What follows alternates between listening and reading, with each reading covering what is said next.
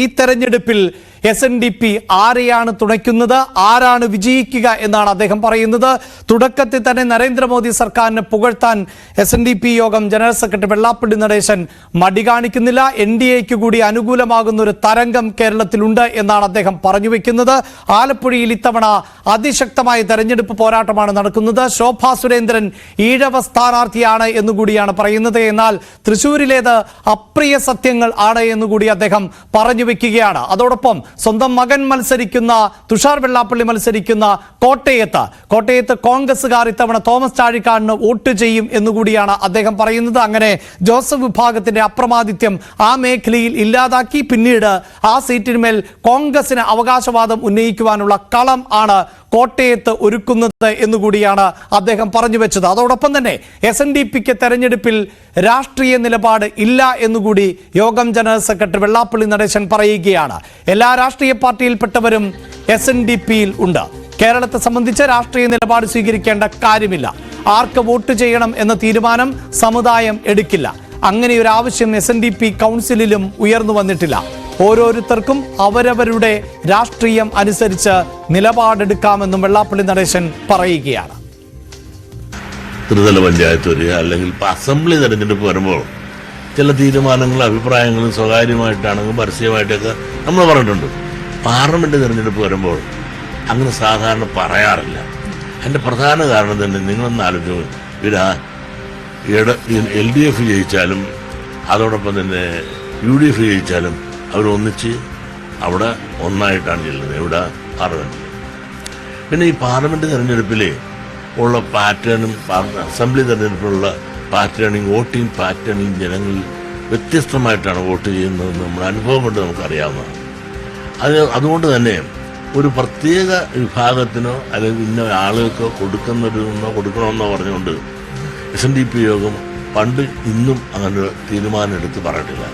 കാരണം SNDP യോഗത്തിനകത്ത് എല്ലാ ജാതി സമുദായത്തിൽ രാഷ്ട്രീയത്തിൽപ്പെട്ട ചിന്തയുള്ളവരും ഇതിനകത്തുണ്ട്. അപ്പോൾ നമുക്ക് പ്രത്യേകിച്ച് താല്പര്യമില്ലാത്തതുകൊണ്ടും അങ്ങനെ ഒരു തീരുമാനം എടുക്കേണ്ട ഒരു സാഹചര്യം കേരളത്തെ സംബന്ധിച്ച് ഇല്ലാത്തതുകൊണ്ട് സമുദായം ഇന്നവർക്ക് കൊടുക്കണമെന്നോ ഇന്നവർക്ക് കൊടുക്കരുതെന്നോ എന്ന് പറഞ്ഞുകൊണ്ട് ഒരു തീരുമാനം എടുക്കണ്ട എന്നാണ് ഞങ്ങളുടെ തീരുമാനം. കാരണം ഇതിനകത്ത് എല്ലാ വിഭാഗം രാഷ്ട്രീയക്കാരുമുള്ള ഒരു സമുദായ സംഘടനയാണ് SNDP യോഗം. അതുകൊണ്ട് തന്നെ ഒരു അഭിപ്രായം ഈ കാര്യത്തിൽ പറയാതെ ഓരോ രാഷ്ട്രീയക്കാരും അവരുടെ വിശ്വാസം അനുസരിച്ച് കാര്യങ്ങൾ ചെയ്യട്ടെ എന്നുള്ളതാണ് ഞങ്ങളുടെ എല്ലാം മനസ്സിൽ. SNDPയുടെ രാഷ്ട്രീയ നിലപാട് എന്ത് എന്ന് വിശദീകരിക്കുകയാണ് SNDP യോഗം ജനറൽ സെക്രട്ടറി വെള്ളാപ്പള്ളി നടേശൻ നടത്തിയത്. ഇപ്പോൾ ശരണ്യ വീണ്ടും ചേരുന്നുണ്ട്. ശരണ്യ, SNDPയിൽ എല്ലാ പാർട്ടിയിലും പെട്ടവർ ഉണ്ട്. ആർക്ക് വോട്ട് ചെയ്യണമെന്നത് സമുദായം തീരുമാനിക്കാറില്ല. ആളുകൾക്ക് അവരവരുടെ നിലപാടുകൾക്കനുസരിച്ച് വോട്ട് ചെയ്യാം. SNDPക്ക് പ്രത്യേകിച്ച് രാഷ്ട്രീയ നിലപാടില്ല. ഇതാണ് വെള്ളാപ്പള്ളി നടേശൻ പറഞ്ഞ് അവസാനിപ്പിക്കുന്നത്. പക്ഷേ പറയേണ്ടതെല്ലാം വളരെ കൃത്യമായി വ്യക്തമായി വെള്ളാപ്പള്ളി നടേശൻ പറഞ്ഞു കഴിഞ്ഞു. അത് NDAക്കും BJPക്കും ഒക്കെ അനുകൂലമാകുന്ന നിലപാടാണ് എന്ന് അദ്ദേഹത്തിന്റെ ശരീരഭാഷയിൽ നിന്ന് അദ്ദേഹത്തിന്റെ വാക്കുകളിൽ നിന്ന് നമുക്ക് വായിച്ചെടുക്കാനും സാധിച്ചിട്ടുണ്ട്. പക്ഷേ അങ്ങനെ ഒരു തുറന്നു പറച്ചിലേക്ക് പോയാൽ അല്ലെങ്കിൽ SNDP പബ്ലിക്കായി അതിന്റെ സമുദായ അംഗങ്ങളോട് ഇത്തരത്തിലൊരു രാഷ്ട്രീയ നിലപാട് അറിയിച്ചാൽ അത് ഒരുപക്ഷെ തിരിച്ചടിയായേക്കുമോ എന്ന ഒരു നിരീക്ഷണം കൂടി, ഒരു വിലയിരുത്തൽ കൂടിയാണോ ഉള്ളത്? അതുകൊണ്ടാണോ ഈ രാഷ്ട്രീയ നിലപാട് പച്ചയായി തുറന്നു പറയാത്തത്?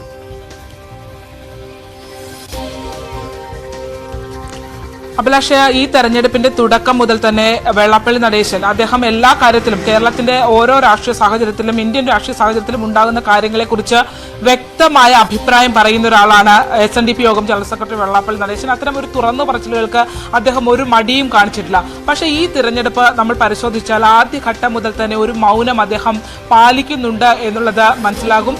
മാത്രമല്ല, ഒരു അഭിപ്രായം ഏതെങ്കിലും ഒരു മുന്നണിയെ പിന്തുണച്ചുള്ള ഒരു പരസ്യമായ ഒരു അഭിപ്രായം ഇപ്പോൾ പറയുന്നതിനപ്പുറത്തേക്ക് ഇത്രയും തുറന്നു പറച്ചിലുകൾ നമ്മളോട് ഇപ്പോൾ നടത്തിയതിനപ്പുറത്തേക്ക് അദ്ദേഹം ഈ തിരഞ്ഞെടുപ്പിൽ അങ്ങനെ ഒരു വിട്ടുപറച്ചിലിന് തയ്യാറായിരുന്നില്ല. പക്ഷേ ഇപ്പോൾ അദ്ദേഹം പറയുന്ന ഒരു കാര്യം, അത് നേരത്തെ ശ്രീജിത്ത് സൂചിപ്പിച്ചതുപോലെ ഒരു റിവേഴ്സ് എഫക്റ്റ് ഉണ്ടാക്കുമോ എന്നുള്ള ചിന്ത SNDPക്ക് ഉണ്ടോ എന്നറിയില്ല. ഈ തെരഞ്ഞെടുപ്പിൽ ഇപ്പോൾ ഒരു പ്രത്യക്ഷ നിലപാട് അവർ പറഞ്ഞില്ലെങ്കിൽ പോലും കഴിഞ്ഞ തെരഞ്ഞെടുപ്പുകളിലൊക്കെ തന്നെയും ഒരു LDF അനുകൂല ഒരു രീതി അത് BJP-ക്ക് SNDP-ക്ക് ഉണ്ടായിരുന്നു എന്നുള്ളതാണ്. എല്ലാ ഘട്ടത്തിലും SNDP സ്ഥാനാർത്ഥികൾ LDF സ്ഥാനാർത്ഥികളെ പ്രത്യേകിച്ച് ആലപ്പുഴ അടക്കമുള്ള ഇടങ്ങളിൽ അത്തരത്തിലൊരു പിന്തുണ, രഹസ്യമായ ഒരു പിന്തുണയെങ്കിലും അല്ലെങ്കിൽ ഒരു ആശീർവാദം, SNDP-യുടെ ഒരു ആശീർവാദം LDF സ്ഥാനാർത്ഥികൾക്ക് ഉണ്ടായിരുന്നു എന്ന് നമുക്ക് നിസ്സംശയം പറയാൻ കഴിയും. പക്ഷേ അതിൽ നിന്ന് വ്യത്യസ്തമായ ഒരു ചിന്ത ഇത്തവണത്തെ തിരഞ്ഞെടുപ്പിൽ ഉണ്ടാകുന്നു എന്നുള്ളതാണ് ഏറ്റവും വലിയ പ്രത്യേകത. അതുകൊണ്ട് തന്നെയാണ് ബോധപൂർവമായ ഒരു മൗനം. മറ്റ് തിരഞ്ഞെടുപ്പുകളിലൊക്കെ ഏതെങ്കിലും ഒരു വാക്കുകൾ കൊണ്ടോ അല്ലെങ്കിൽ വരികൾ കൊണ്ടോ വെള്ളാപ്പള്ളി നടേശൻ ഇടതുപക്ഷത്തെയും സർക്കാരിനെയും പിന്തുണയ്ക്കുന്ന വരികൾ എല്ലാ കാലത്തും ഉണ്ടായിട്ടുണ്ട്. പക്ഷേ ഇത്തവണ അത്തരമല്ല. അദ്ദേഹത്തിന്റെ ആ ഇന്റർവ്യൂവിൽ നമ്മളോട് സംസാരിക്കുമ്പോൾ പോലും അദ്ദേഹം പറയുന്നതിൽ ഭൂരിഭാഗം സമയവും മോദി സർക്കാർ, NDA, ഒപ്പം തന്നെ BJP ഈ ഒരു ആംഗിൾ കിടന്ന് തന്നെയാണ് അദ്ദേഹത്തിന്റെ എല്ലാ വരികളും കൂടുതൽ സമയവും ചിലവഴിച്ച് അദ്ദേഹം പറയാൻ തയ്യാറാകുന്നത് എന്നുള്ളതാണ്. മറിച്ച് ഇത്തവണ അദ്ദേഹം പറഞ്ഞത് SNDP-ക്ക് ഒരു നിലപാടില്ല, അതായത് പരസ്യമായ ഒരു രാഷ്ട്രീയ നിലപാട് SNDP ഈ തെരഞ്ഞെടുപ്പിൽ എടുക്കില്ല എന്നുള്ളതാണ്. മാത്രമല്ല സമദൂര സിദ്ധാന്തമാണ് ഉണ്ടാവുക. അത് എല്ലാ മുന്നണികളോടും അറിയിച്ചിട്ടുണ്ട്. അവരത് സ്വാഗതം ചെയ്യുകയും ചെയ്തിട്ടുണ്ട് എന്ന് പറയുകയും ചെയ്യുന്നു.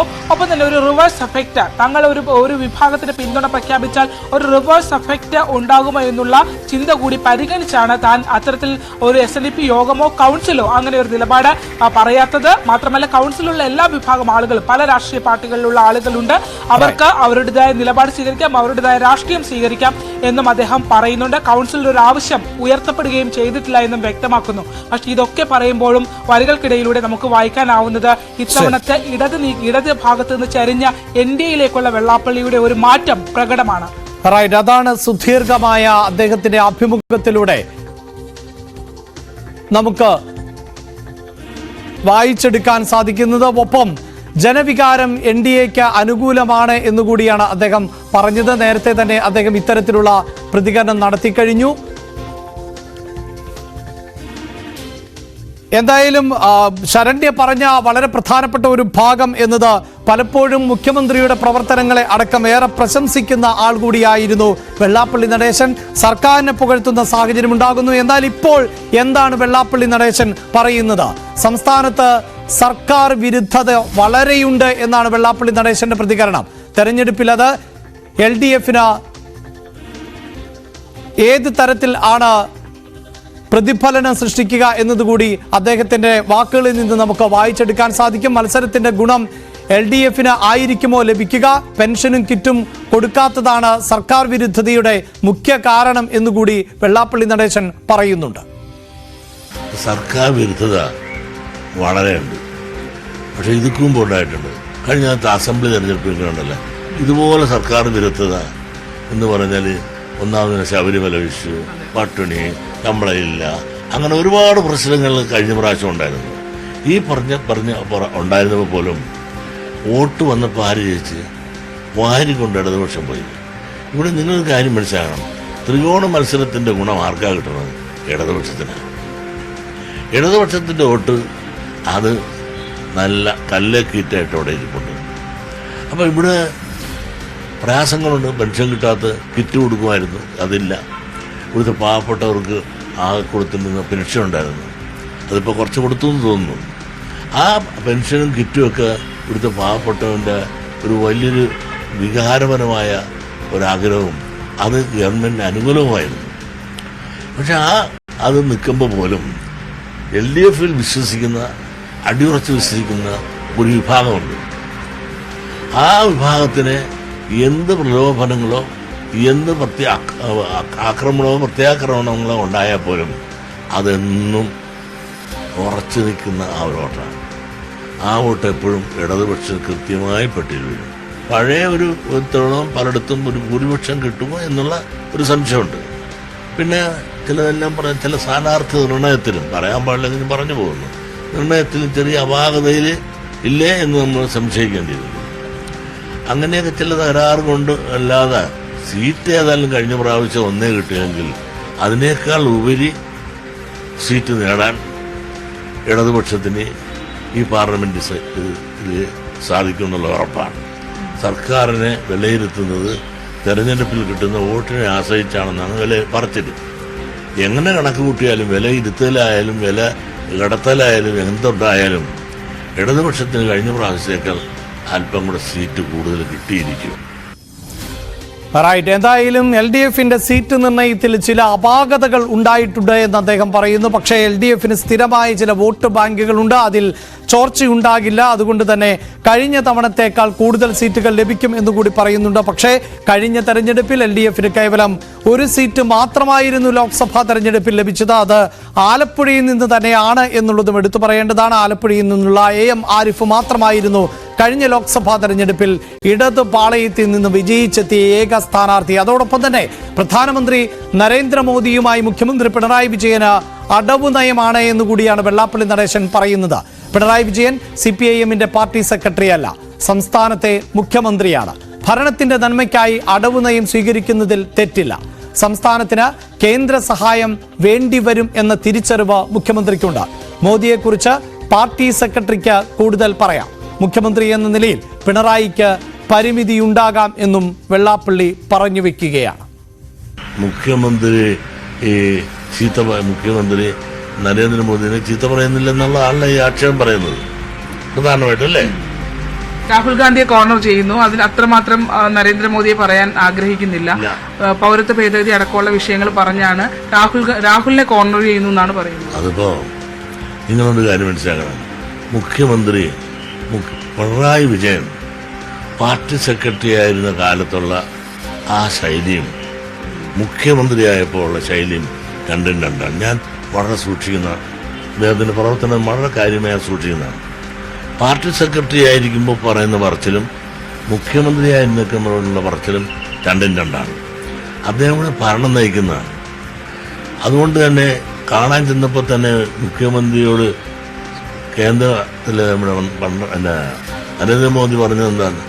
എന്ത് വേണമെങ്കിലും പറഞ്ഞോള്, സാധിച്ചരാം, നമുക്ക് ഒന്നിച്ചു പോകാമെന്നൊക്കെ ആദ്യം കൈ കൊടുത്തതൊക്കെ ഓർമ്മയിട്ടില്ല. കാരണം കേരളത്തിൻ്റെ നന്മയ്ക്ക് വേണ്ടി എന്നും പ്രതിപക്ഷത്ത് നിൽക്കുന്ന വെട്ടാൻ മാത്രം ഏത് സമയം വെട്ടിക്കൊണ്ടിരുന്നാൽ കേരളത്തിന് കിട്ടുന്ന ആനുകൂല്യം തരേണ്ട കേന്ദ്ര ഗവൺമെൻറ് തരുമോ?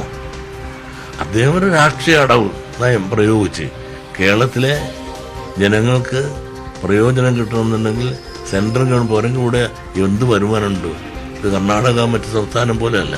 ഇവിടെ കാര്യമായി വരുമാനമില്ലാത്ത ഈ സംസ്ഥാനത്ത് പല പദ്ധതികൾ കൊണ്ടുവരാനും സാമ്പത്തിക സഹായം കിട്ടാനും എല്ലാം കേന്ദ്രത്തിൻ്റെ സഹായവും സഹകരണവും ഇല്ലെങ്കിലും കേരളത്തിൻ്റെ ഭരണം കൊണ്ടുപോകാൻ വളരെ സാമ്പത്തികമായി വിഷമിക്കുന്നുള്ള ആ തിരിച്ചറിവ് ഉള്ളതുകൊണ്ട് ഒരു മുഖ്യമന്ത്രി എന്ന നിലയിൽ ആ ഒരു റേഞ്ച് അനുസരിച്ച് പ്രധാനമന്ത്രിയോട് സംസാരിക്കുമ്പോൾ സാധാരണ ഒരു പാർട്ടി സെക്രട്ടറി പറയുന്ന രീതിയിൽ ഒരു മുഖ്യമന്ത്രിക്ക് പറയാൻ സാധിക്കില്ല. അത് MV ഗോവിന്ദ മാഷ് പറയാം, അത് പിണറായിക്ക് പറയാൻ സാധിക്കില്ല.